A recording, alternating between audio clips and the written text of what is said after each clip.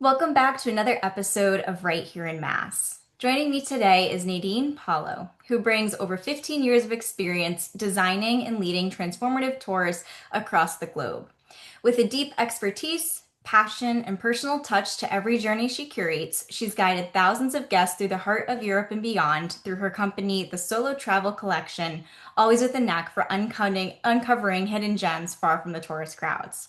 Nadine, welcome to the show. Thank you, Ashley. Thanks so much for having me.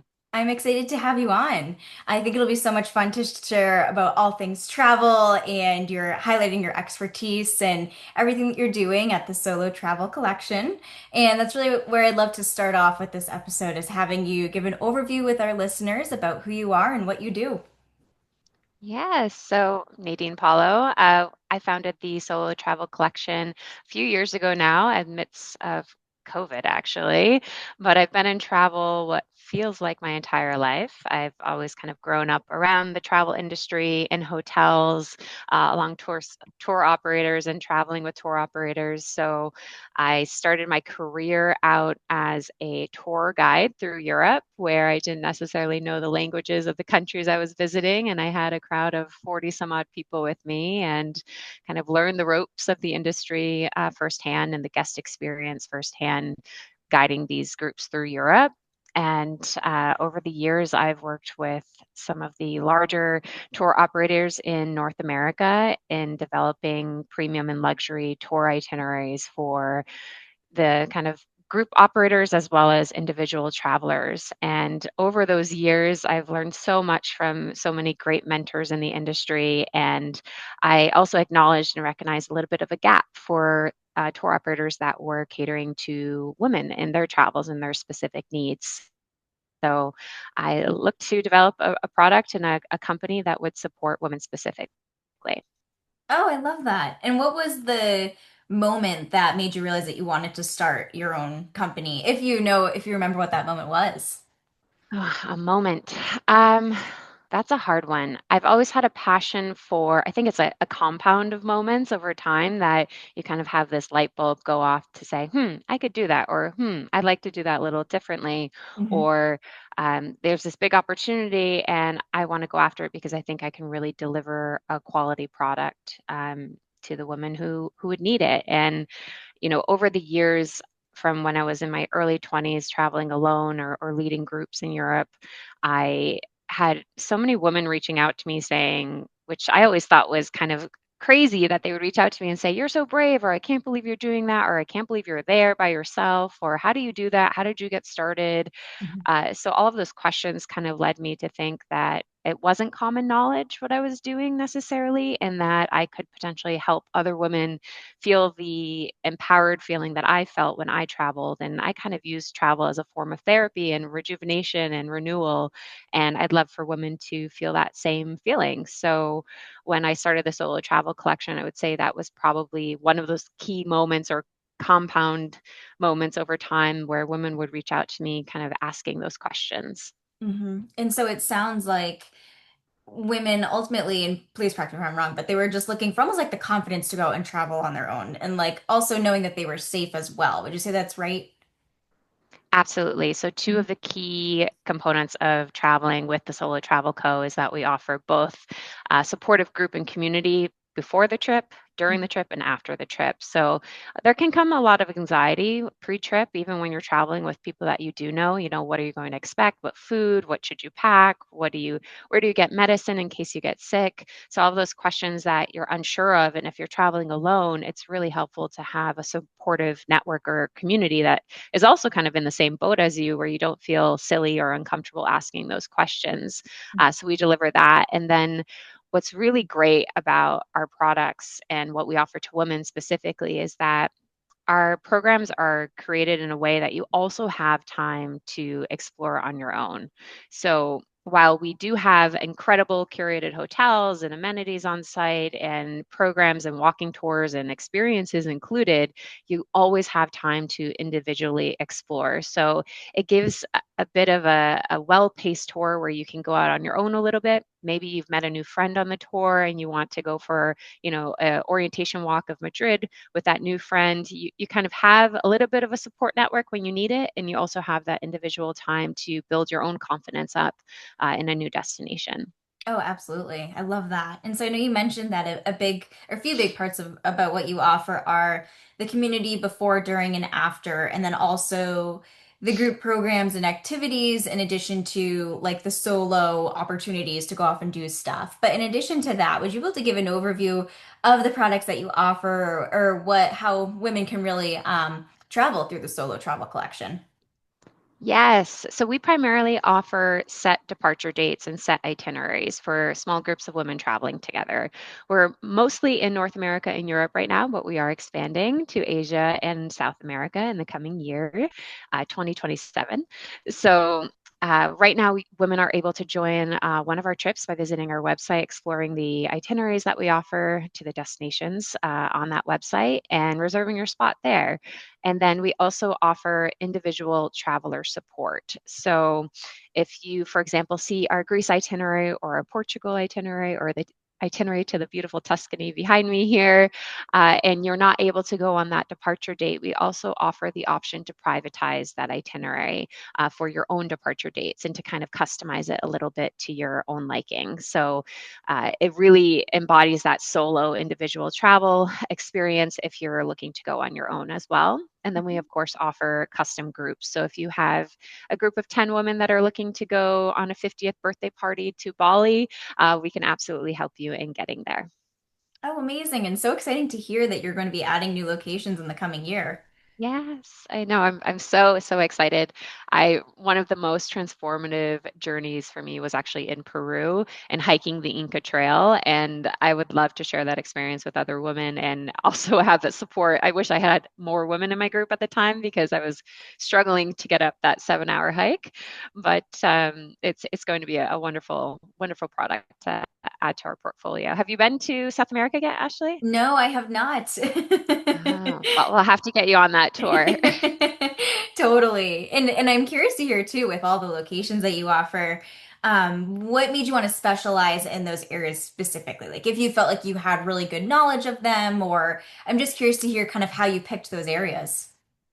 That's a great question. So, Europe is the highest inbound traveler volume from North America. So, it's kind of the sweet spot, and the most in demand destinations are located in Europe, and it's the most familiar. So, it's a little bit out of the comfort zone, especially for female solo travelers. But there's also some Western influences to the cultures there, and many of the destinations that we offer. So, while it's pushing the barriers of comfort, it's still a little bit comfortable and known, especially with the influences in the United States from Europe.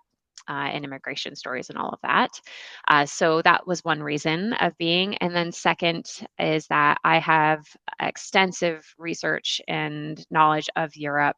And any destination, frankly, that we offer in our portfolio is a destination that I have gone to, I have vetted, I've met with the hotels, I've met with our local guides.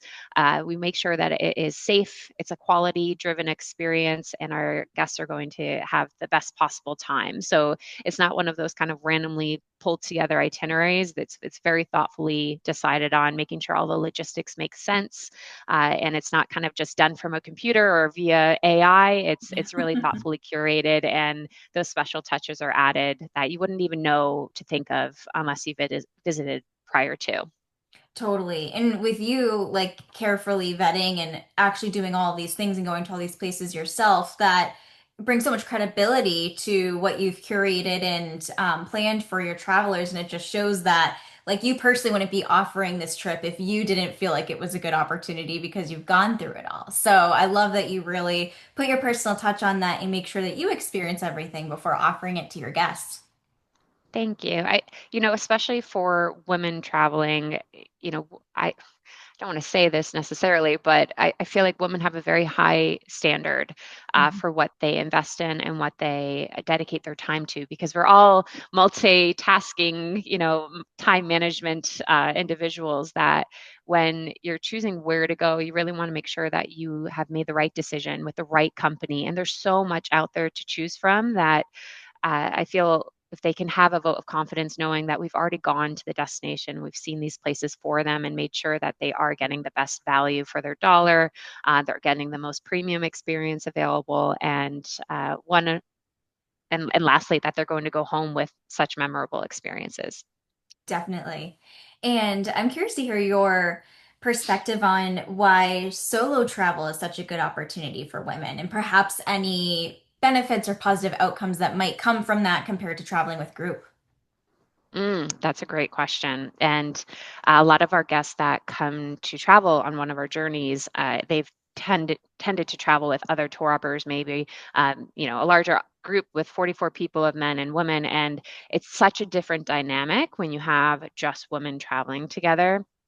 And we've decided to kind of focus in on that because, as a younger traveler, I've really felt a therapeutic style of travel when I travel with women, and being with like-minded women who are curious in nature, who want to explore, who share a lot of the same histories, or they might be a mother-daughter duo traveling together, or they might be a recently divorced woman who has kids at home and needs, this refresh and recharge in her life. And it might be a 35-year-old woman who wants to see it all, and has a thirst for life and exploring, and all the way to someone who's recently retired and is finally prioritizing her travel after her career. So what I find in travel is that despite the background, despite where we're coming from or why we're there, we find this really beautiful common ground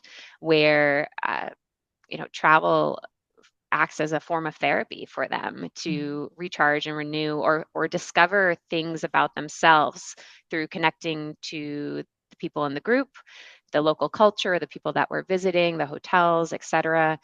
But also connecting with their present self in a routine that is away from home, away from their responsibilities that might influence the choices that they make on a day-to-day basis. So by kind of pulling back all of that responsibility and letting them be free to choose for just them, not their partner, not their children, not their families, not whoever they are responsible for at home, it really reveals a different side of who they are.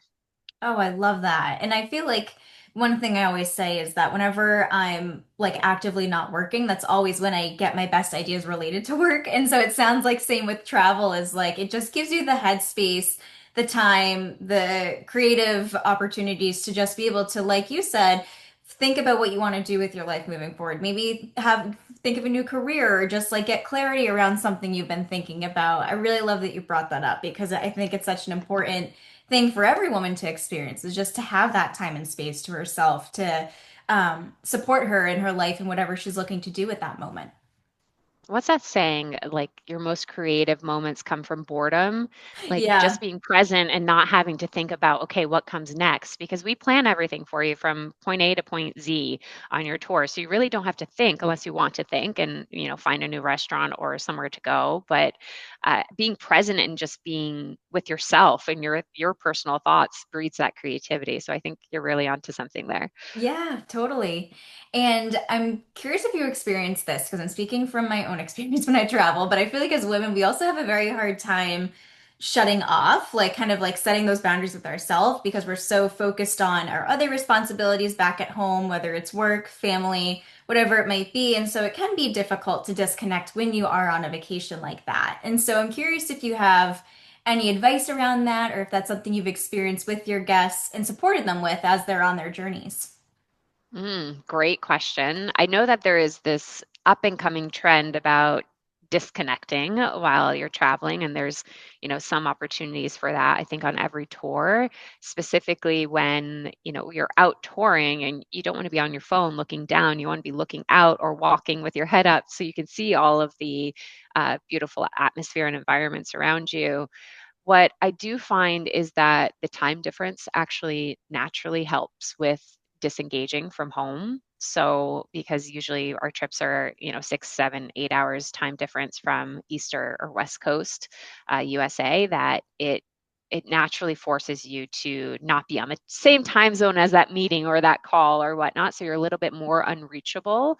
And it does get a little bit trickier now with data plans and international access and eSIMs and all of that. But I do find that so far, knock on wood, that most of the women coming on the tour try to be present because they've invested this commitment. They've committed to the time away, they've committed to the dollar value of the tour, and they've decided that this time is for them. So it's almost like they've already had that pep talk with themselves that they're here for them, and they've chosen to disengage. And I know a lot of the women coming on our tours will tell their either their office or their families that, I'm away.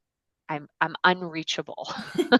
So I think that's a bit of a precedent that is really helpful to set before going on a tour, is to let them know that, I am out of office. I'm not available. Yeah, and that's a really good point that you mentioned too, is just naturally the time difference is going to make it a little bit easier compared to if you might stay somewhere within the US where it is kind of falls in line with the normal workday Hmm. hours or whatever it might be. So I love that. It's kind of like forces you just having that time change to take a step back and set those boundaries. Yes, and it's really part of the process too, right? Because if you continue the same routine as you would if you were at home, you're really not going to feel the full benefits or effects of traveling to a new place, because you're still going to be in that mindset of being at home and in your day-to-day responsibilities. Definitely. And one thing I'm wondering about is that sometimes I wonder if women have almost like analysis paralysis, where there's a few different areas or locations that they want to travel to, and they're like, oh my gosh, I don't know how to pick which one. Or even like on the opposite end, if they just don't even know overall what place they want to travel to, but know they want to travel. I'm curious to hear if you have like any advice that you would give or a process that you follow to help people Mhm. determine like which location or which trip is right for them. Another great question. And we offer a consultation service just for this because you're right. There's so many options, there's so many places to see, so many different types of experiences. I think two of the more defining questions that we tend to ask when a woman calls and says, I want to go on a tour, where do I want to go? I have no idea where to start, is what time of year? Mm. And are you looking for, more sunshine beach type of holiday, or are you looking for more of an adventurous winter aurora borealis type experience? Because season and time of year are very indicative of the tour that you might want to take. And then second to that, airfare, while not always the most luxurious style of or type of part of your trip. It's a necessity for every tour. So sometimes that can be a determining factor as well for the women joining our trips, is, is there a direct flight to that destination? Do I have to lay over 3 times? Do I have an overnight layover to get to that destination? What's really beautiful about going from, for example, the East Coast to Europe is most of the time from Boston, New York, Chicago, et cetera, you'll have a direct flight to one of those major gateways. So it tends to be less of a challenge to get to the start of the tour. So season, type of temperature you're after. If you're comfortable with fall weather, for example, we're about to embark on our Portugal journey on November 1st. And with that, we're going to have more of a fall type weather, but it's still going to be in the 60s and 70s, which is very enjoyable to be walking around. If you're more of a heat lover and you don't mind being in Rome in the hottest months of July and August, that might be a great destination for you. So it's really about who you are as a person, what you enjoy, and what your limits are in terms of temperature. Yeah, that's a great point. It's like starting with those two questions or thinking about where you want to go from there, and then being able to come up with the tour or the place that you want to travel to based on your preferences with that. Yes, we have a whole questionnaire, so anyone is welcome to join our consultation via our website, and we'll help you navigate that. Amazing. And I'm curious to hear for anyone who is listening to this episode who's considering getting into the travel industry themselves, what advice would you have for them for getting started? Ooh.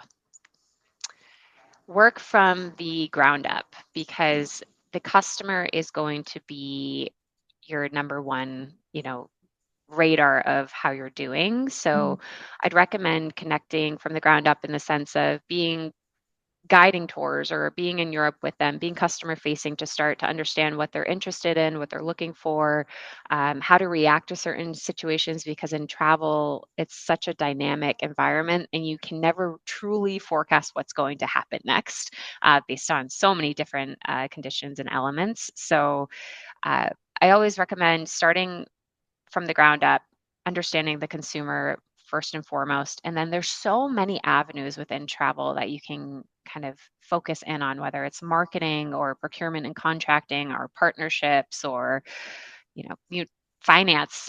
There's so many different departments that you can really excel in, and travel is only growing. So it's a fantastic industry. And what's wonderful about travel that even, post economic crises or post COVID, people come back to travel, and the industry itself is such an emotional one that's driven. The product is intangible, right? We're Mhm. selling a feeling when you travel, and it's a hard thing to sell, but once people get it and they experience it, it's hard to disconnect with, and you kind of yearn for more after it. It's the same with working in travel. It's you're not selling fax machines, right? It's a very attractive product to sell. So once you are in the industry, it's a hard one to walk away from.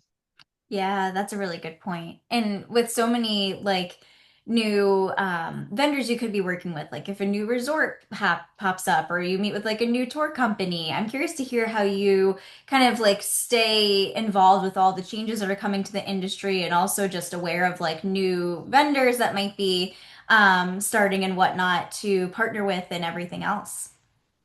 There's always something new happening in travel, which is so fun and exciting. And, you know, how do we stay on top of it? It's almost impossible to know every single thing, especially to visit every single thing. But we have a selection of trade shows that we attend. And at those trade shows, we have hundreds, if not thousands, of suppliers and future partners that we meet with and understand their products. So from there, we kind of have a high level view of options, and then we distill that list down to what's most aligned with our brand standards, what's most aligned with our product offering, what could be a differentiator for us as a business, and making it more experiential for our guests. So we kind of always start with this 30,000-foot view from those trade shows. We distill it down. I have a wonderful network, and our team has a wonderful network of colleagues and professionals in travel that we kind of lean on as well. And tours and boards are a great resource for us to connect with. They help B2B significantly in developing new products and telling us what's new and exciting Mhm. to stay on top of. Oh, absolutely. And it's like a win-win situation for both because you're bringing money and new people into a new city, but then also the people that you're working with or your guests are experiencing a new place as well. So it definitely has like a mutually beneficial opportunity for both parties. Exactly. Yeah, we do really put a lot of emphasis on developing partnerships for the long term. So Mhm. we do focus a lot of our group product on partnerships that are tried and true and tested over time. Excuse me. So we know those partners are going to know our guests, know what they like, what they enjoy, and really deliver a fantastic experience. Although we're always keeping an eye out for new and exciting, we tend not to work with really large scale operators. We try to focus in on working with local personalities. So whether that hotel is a locally owned or family owned chain in Athens, for example, or if it's a Quinta wine hotel in the Douro that's family owned or state owned, we try to get that level of connection a little bit deeper than just visiting the place or just being present in that city. We love our hotels and our experiences to have a personality of that place to go alongside them. Yeah, I love that. And if you had to pick like your favorite place, this might be a tough question for you, but what would your favorite place be? Oh, Ashley, everyone asks this question too, and it's so And it might hard. even change throughout time as you go to new places. It has changed. And it changes, honestly. I love places that haven't been truly discovered yet. So I like to feel like I am one of the first people there to really enjoy the place in its full essence. So a while ago, it used to be the Azores. So San Miguel, Mhm. which are islands just off of Portugal, they are known to be the Hawaii of Europe, or like Hawaii and Ireland had a baby, and then this is what came of it. It's also where I met my husband, so it had a pretty special place in my heart, and it still does. I still love it, and we're offering a program there in 2026 as well, so it's going to be fantastic. But in terms of my favorite place, it changes with how I feel too. Azores is starting to get on the map a little bit, so Mhm. tourism is picking up a tad.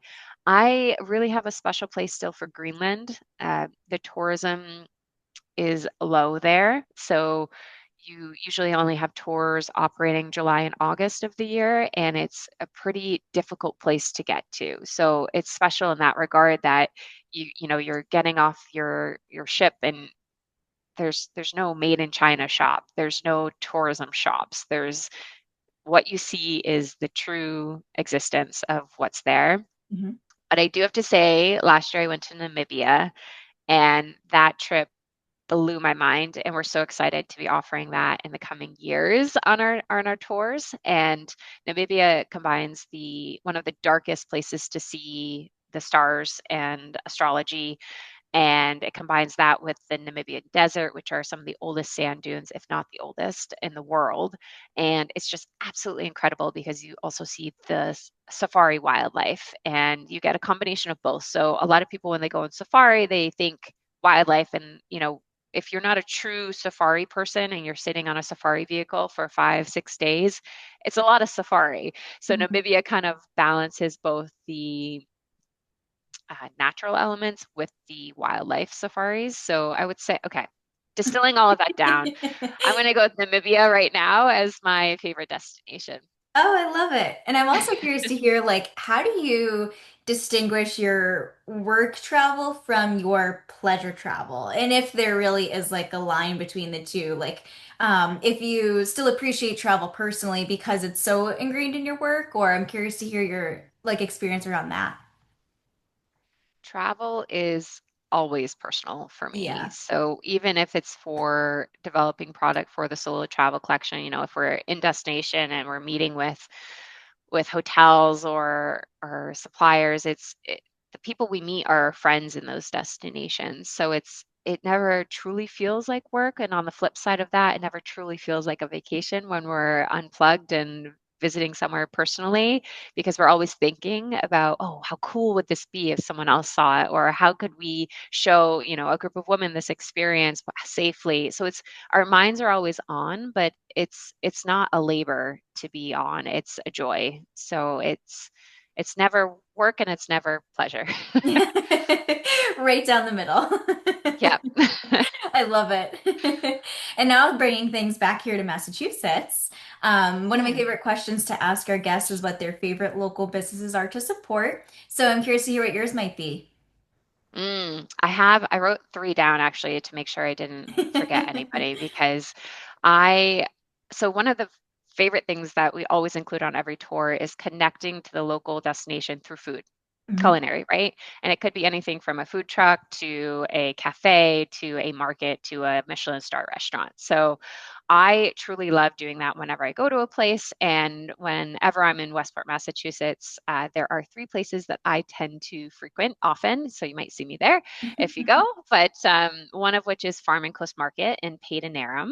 So this is a locally owned farmers market, essentially, that has been really elevated to a brilliant market of curated boutique products, from wine to cheeses to prepared made meals, etc. But they just have such an exquisite offering of food that it's almost like a new experience every time you go in, because you can always try something new and different, which I love. You're not going to your same old supermarket to get food, but it's a great place to go and grab kind of a few products for a picnic, because they're right on the waterfront, so you can enjoy the patio. And they have a brilliant kind of promenade in front that has boutique shops that you can explore as well. So, and they're locally owned, so you go in there and you feel like you're walking into a friend's home. It's very, very warm and inviting. So that's number one. Love to go there. They also just opened up inside of their new cafe area where they They offer breakfast, lunch, and dinner, but it's very quaint and cozy. So, and all of I think all of the fixtures in there they had from the ceiling, from the sail loft type of light fixtures. It's all very emblematic of where they are in Peyton Aram near the waterfront. So that's number one. Number two is the Wild Honey Cafe in Westport, Massachusetts. It's owned by a high school friend of mine, and I'm afraid to tell you about it because I go there with my husband so often, and we take all of their chocolate chip cookies. So if you are a fan of chocolate chip cookies or coffee, that place is the go-to. And it's also great, again, takeaway. You can go down to the beachfront. And then last but not least, hotel-wise, in Tiverton, Rhode Island, which is just about 15, 20 minutes from Westport, there is a boutique bed and breakfast called the Stonehouse Inn, and it's also right next to the water. So this is a 19th century building that's been renovated into a very quaint 14-bedroom bed and breakfast. And again, its location is perfect. Their offering is perfect. The location for going around town is there's plenty to do around there. And it's one of those properties that kind of embodies what solo is all about too, because you're intimately connecting with the locals. You feel like you are in the place that you are. And it's just a really high and quality experience that they deliver. So you have to check all those out. But, Massachusetts is so full of wonderful small businesses. And I think platforms like yours are incredible because you're shedding light on them. So Oh, thank you thank for you. for doing that. Yeah, I appreciate that. And those are all good shout outs that you shared. I love that you had three because it's so hard to pick just one. It is. It is. Nadine, this has been such a fun episode, and I've really enjoyed having you come on the show to share everything that you're doing at the Solo Travel Collection. And I'd love to have you share with our listeners where they can find you online in case they'd like to connect. Yes, thank you so much. We hope you do connect. We are available at thesolotravelcollection.com, and you can email us at info@thesolotravelcollection.com, and we are excited to help you travel the world, either on your own custom journey or one of our group tours. Amazing. And I'll include all those places in the show notes that where listeners can easily connect with you from there. Thank you so much again for coming on this week's episode. Excellent. Thank you, Ashley.